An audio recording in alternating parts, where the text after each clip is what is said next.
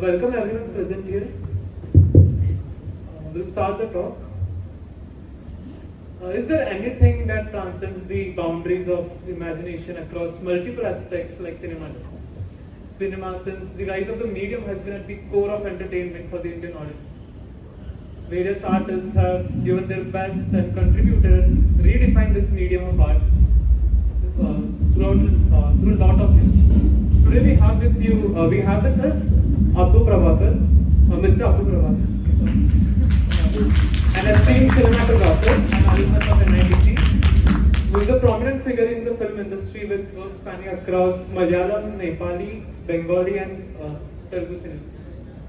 So, you have been returning to the campus after a long period of time. This is the campus where you spent 4 years of your time. Like, how does it feel to be back on the campus? Yeah, hello everyone. It feels great to be back here. Like I finished my engineering course in 2009, which is like how many years back? I think 16? Yeah, 16. Yeah. Almost half a lifetime back. Yeah, so it feels great actually to be back, especially during RAGAM', the festival like RAGAM'. I used to come like every 3-4 years. Once I come and meet Hari sir and few faculty like who were like dear to us during our school days, college days. So it's not like it's been a big break for me from NIT, but the campus has changed quite a lot. So I could notice that there were not so many buildings back then. So yeah, it's great to be back. Yeah, thank you. Yeah, the campus sure has changed a lot since more departments have been introduced, more courses have been introduced. So like you were here till 2009. So what was your fondest memory of the campus which you cherish till today? Fondest memory in the, I would say this Rajpath. Do you still call it the Rajpath? Yeah. Yeah. So, walks during night at Rajpath used to be a very fond memory. because there was a time when a lot of birds used to be there. No? So birds used to poop at certain hours. So there was only this small stretch of time when the birds won't be so active. So walking on Rajpath during that time used to be a fun memory. Another one was like playing football in this football ground during rains. So rains, we all used to go to the ground and just to fall and get sloshed, we used to go there. Sometimes we used to get drunk and go there also. We used to the fondest memories. And definitely RAGAM' was actually one of the like how people call it core memories. No, I don't know. I don't believe in those. But anyways, it was one of the strongest memories, like working in RAGAM'. So that was the only time when the whole student community used to come together so strongly. Like irrespective of your CGPA, everyone is there. So that was a good memory because those days we used to like it was a real blast actually because so many students from outside colleges used to also come. And that was actually a very good time for us because otherwise we are like in a cocoon, no? Only in the weekends we used to go to Calicut, go to the beach or something, but otherwise the whole life was contained in the campus. We never used to know what used to happen outside of the campus. So that RAGAM' and Tattva, those times were like really nice. Yeah. The birds still torment us. They have been doing their job since. Yeah. So like you mentioned about the student life, like how is the student life as a community here back in your time? Like except RAGAM' and Tattva, what other activities used to be carried? The student life was really good because I think that was those 4 years. I think they were the most freest time for us because most of us went through the coaching, a few years of coaching classes and stuff. No, so the moment you came to the hostel, like the moment the hostel life started, it was a completely freedom, no? So much freedom. So initially we didn't know what to do with that freedom. So, and after that it became like such a close-knit community. Another aspect was during our time, in one batch there used to be 380 students. So only I think during our 3rd year, the batch strength started getting more and more, and I think even when we were in our final year, there were only like 500 people in one batch. So now I think it's more than 1,000, right? In one batch. 1200. 1200. So the thing was, everyone knew everyone. So yeah, because in 4 batches it's 1200 in 4 batches, or maybe 1500 in four batches maximum. So the communication between the student community was really good that way. So that bonding was there. Thanks for the answer. Yes, thank you. So when an artist or they work on any project or an idea, they tend to pull from their personal experiences. In this regard, how did NITC shape your journey as a cinematographer?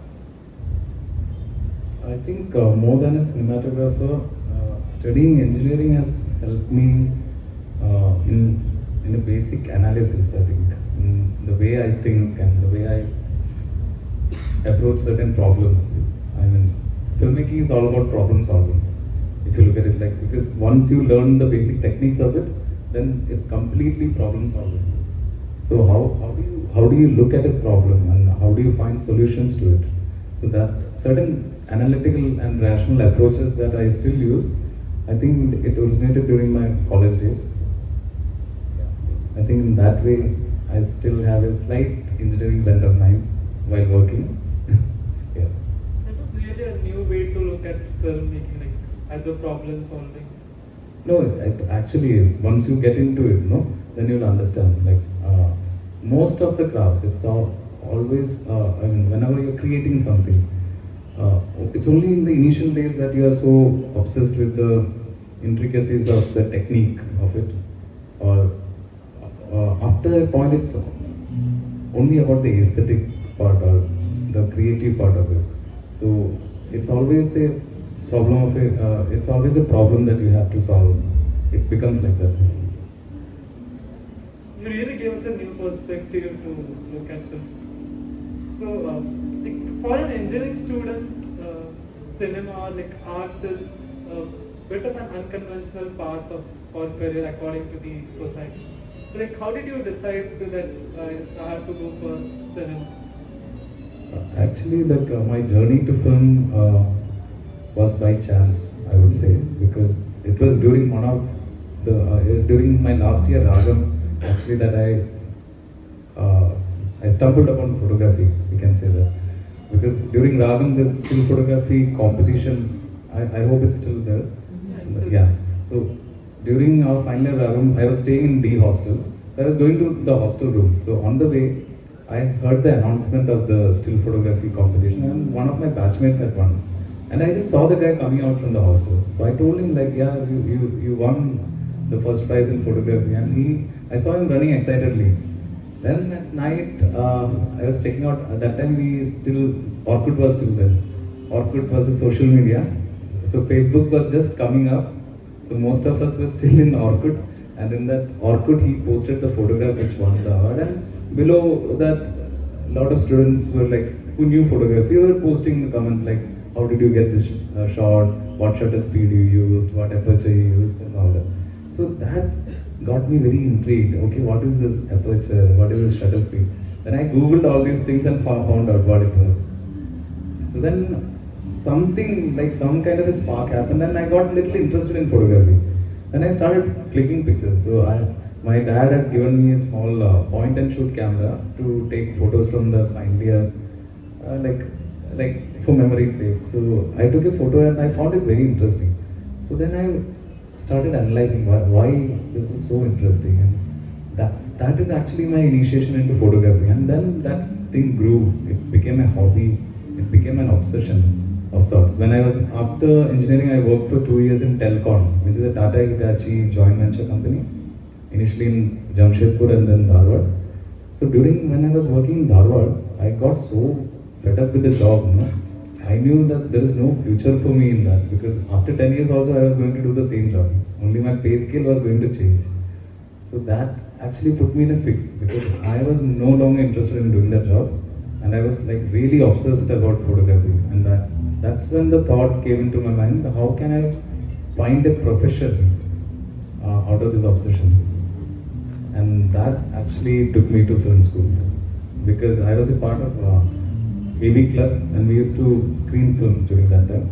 And one of the films that we screened at that time was Rashomon by Akira Kurosawa, who is a Japanese filmmaker. And that was one of the first time I saw a non-English or non-Malayalam or Hindi film, like a world movie, like people call it, and that really opened my eyes in a way towards cinema. So then I thought, why not club this uh, obsession for photography with this? I used to like cinema. I used to watch all James Bond films and everything. During my school, I think my 10th and 12th, 11th time, my parents had cut TV at home so that I because I was not a very good student. So they wanted me to study. So they had cut the TV and I used to go and watch movies without telling them. So I always used to like cinema. So I thought, why not take up something which you really love to do every day as a profession, and that actually led me to film school. Till that time, I didn't know there were like film schools. I didn't know that we could go and study filmmaking. So yeah, that's how I joined Satyajit Ray Film and Television Institute, Kolkata. How was your experience studying in the film school? Film school actually like formed me as a filmmaker, because till the point I went to film school, my only understanding was about still photography.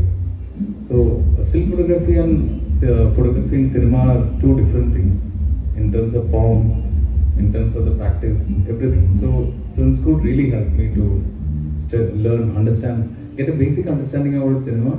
I'm still learning, I feel, because that learning doesn't stop ever. It's a continuously changing medium. Even as we speak, it's changing. Cinema. So I think it gave me a good foundation, and it really gave me a good head start in this profession. So if I'm correct, the first film that you made in the film school won a national award. No, not like that. The first short film that I did after coming out of film school, that got a national award for cinematography.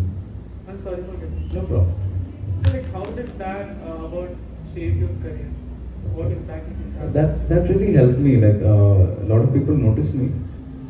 Just for starters, that's a great big thing, because now it's such a competitive pool of because because I started during the time when DSLRs came into picture. Till that point, it was mostly films were made on actual celluloid film. But I think around 2010-11, there was a drastic change in the industry also. So digital media came into the picture, and along with that came a whole new bunch of cinematographers, lot of practitioners.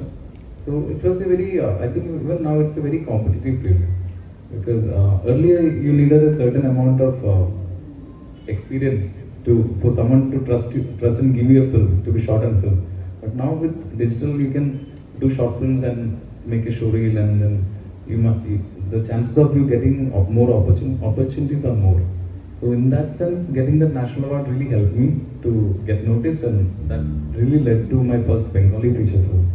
Because the same year, the filmmaker who won the best Bengali feature film award, he invited me to do a film in Calcutta, and I ended up doing 3 films with him within a span of 2 years. Yeah, so that really helped. So how was your experience with working in a language which is different from your mother?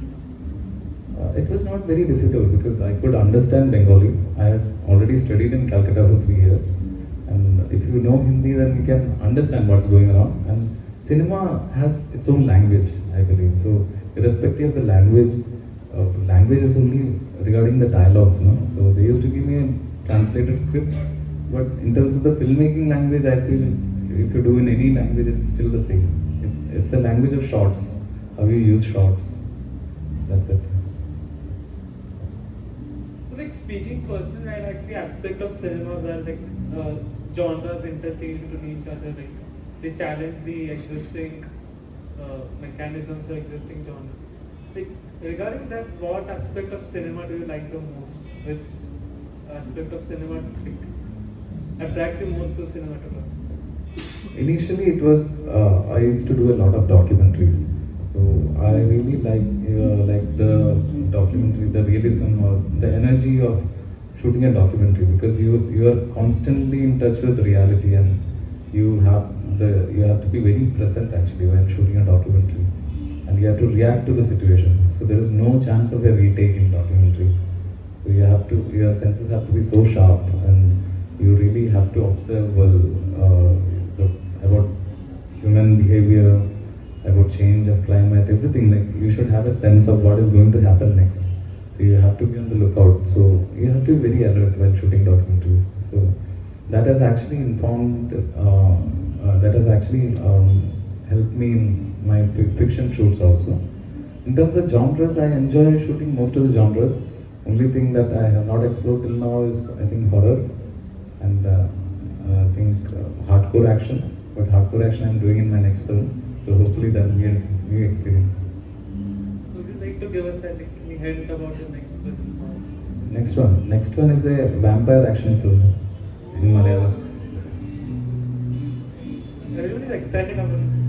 Yeah, it's a new genre. I don't think any such film has come out in Malayalam till now. So it's going to be interesting. Hopefully. So are you also planning to explore the horror genre in your future? I would love to, like, because every genre has a certain techniques and tropes that they employ, and it's good to know that and good, interesting to practice those things. Right? So I would love to. Yeah. So like in the recent film that was released, RAGAM'25, you used some special effects to have a younger version of Mammootty. So like every director and cinematographer has their own preferences about using practical effects and CGI effects. When you film, do you prefer a stage environment or a real life environment?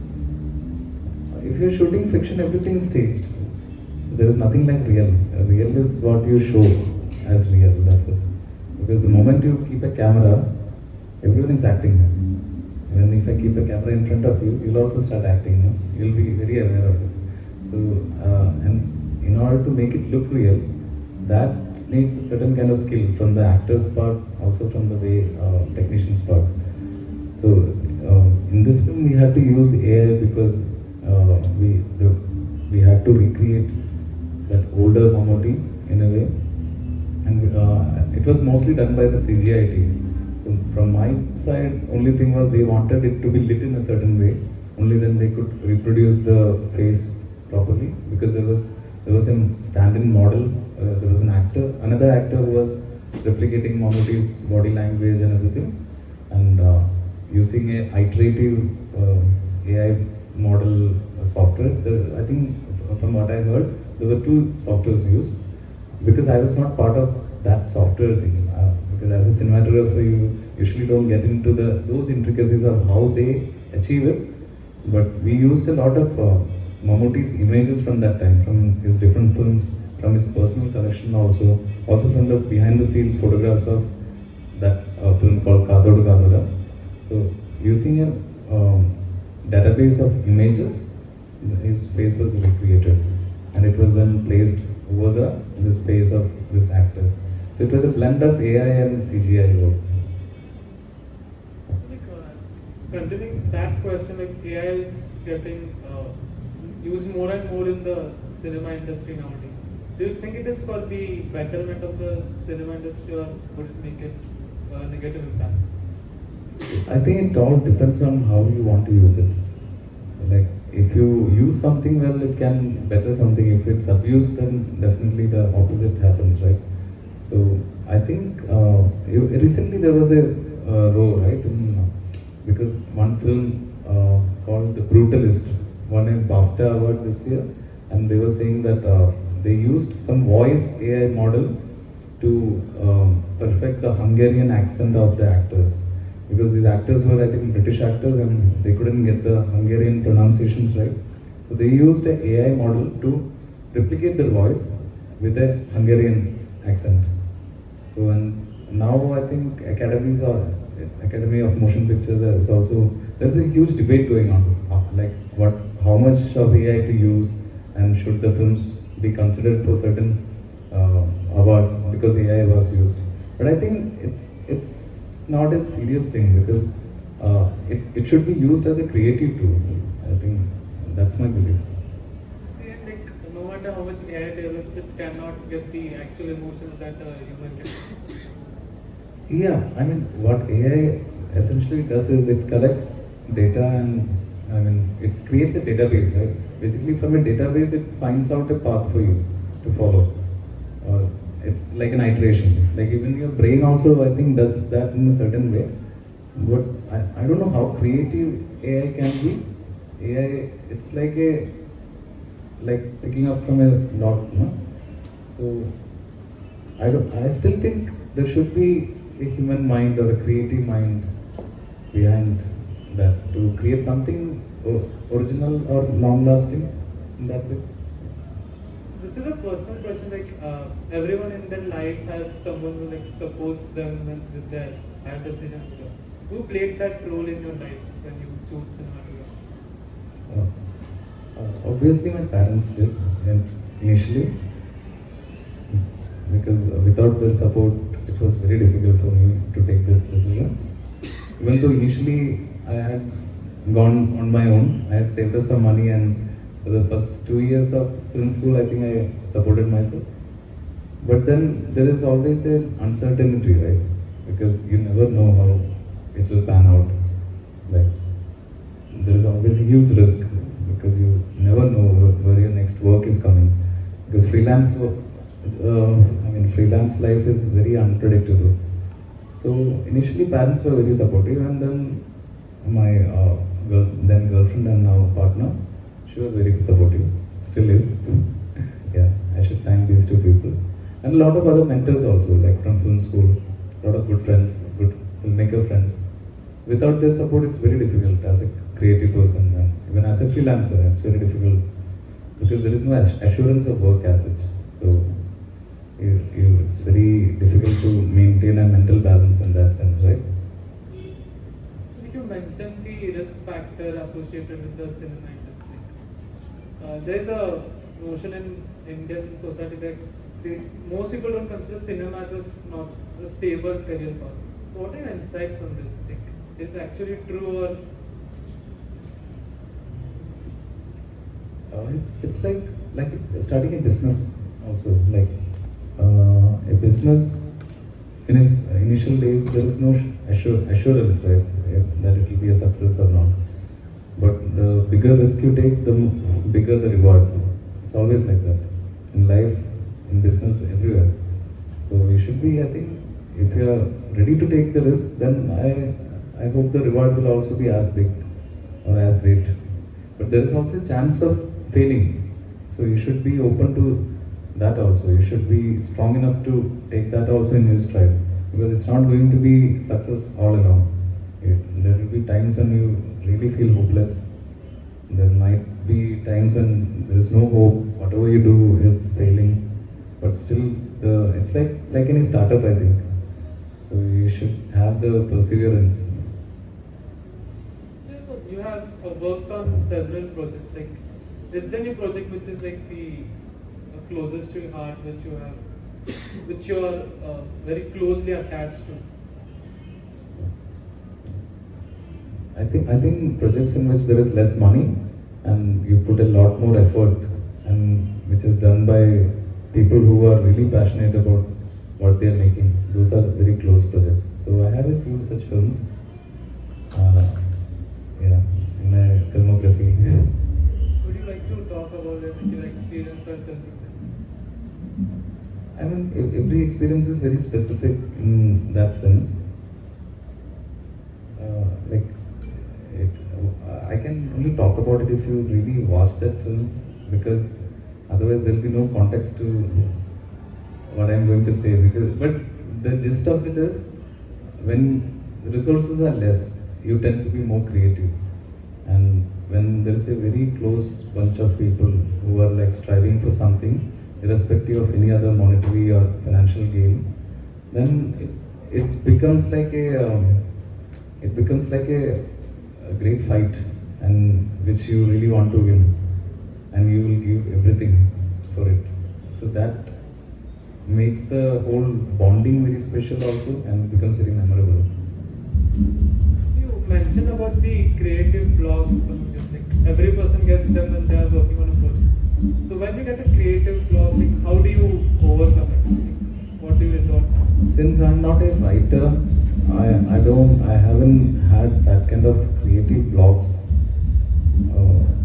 Only thing I can relate to, similar to a creative block, is like not getting projects which are like very creatively invigorating. So if you're not finding a motivation, so that might be a problem. So I always try to find some kind of a motivation on every project.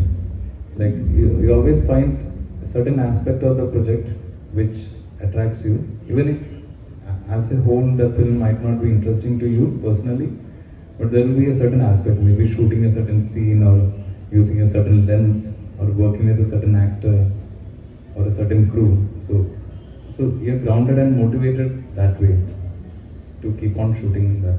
Even though on a whole you might not be completely satisfied. So you always have to find that something, because I don't think you'll ever find a perfect job. Even how much of passionate you are, there is nothing perfection. There's nothing called perfection actually. So you just have to find something which motivates you to keep you going in anything. It can be applicable to any field in life also. So, like, speaking about collaborations, you also collaborated with various artists, and every artist has their own persona and like, their own creative identity. So how was your experience of collaborating with different people in the film industry? In the film industry? Yeah, I mean, every person has a different experience, right? So working with a new director is very different from working with a experienced director, or working with some other visual artist who might not be a filmmaker. Like I've done films with certain people who are not even filmmakers. They might be dancers or musicians. So they all come with their own set of life experiences, and when during the process of filmmaking, you get to share these life experiences with them, and that's a great learning. Like you get insight into how they look at the world and what is their perspective about certain things, or how they look at certain problems, and that teaches you a lot. And I try to imbibe certain good traits from them, or certain way of looking at the world from which I find interesting, so it stays in my mind. As a cinematographer, like when you film cinema, you must have like learned a lot from the environment here and like places you visit or other cinemas you watch. So how do you like incorporate those experiences into your cinematography? I think it's a very subconscious thing also. It's not something which I really like do it consciously. Like you never think about it that way, no? But certain things that you pick up on the journey, it stays with you. Like for example, if you while traveling, if you see a certain space which is lit very well, or if you just during the location recce or location scouting time, if you see, let's say, certain time of the day when the light really comes very nicely to a room, so that helps you visualize the scene in a certain way, and maybe you can incorporate that during the shoot. Maybe if there is not natural light also, you can try to recreate that natural light using artificial lights. So those kind of things always happen. So you really have to be open and very observant actually, because observation is one very important thing for any filmmaker. Because whatever you observe and you keep in your mind, you can use it at some other time. You get a chance. So you mentioned a lot about light effects. So as a cinematographer, light effects will play a great role in your cinematography. So how do you play around with them? Like, what I mean to say is, how do you incorporate the light effects, or how do you visualize the scenery and stuff? Yes. See, cinematography entails everything which is related to the visuals of the film, and lighting is one of the most important things, because lighting is something which is like completely under the control of a cinematographer. Because most often when you're making a film, like when you're framing a shot, mostly it's a directorial decision. Director is actually deciding what to be in the frame, but lighting is completely the cinematographer's choice. Not choice, he has a control, certain, and through lighting you can express so much. The whole mood of the scene can be uplifted using lighting, and I think lighting is one of the most important jobs of a cinematographer. So it is very important that way. So, and what was the question? same question, like how you incorporate the Yeah. So I think lighting design is a very important part of the cinematographer's job. Next is deciding the camera movement, and then ensuring that the overall film has a certain unified design. So I think this is the main job of a cinematographer, apart from the logistics of running a shoot. So like till now you've worked on projects in majorly 4 languages. Are you planning to try out or explore any other languages in the future? I'm really not concerned about languages, like I told you before, about the spoken word. It's always about working with good directors, irrespective of the languages. Because cinema as such has its own language, and I think visuals has its own language.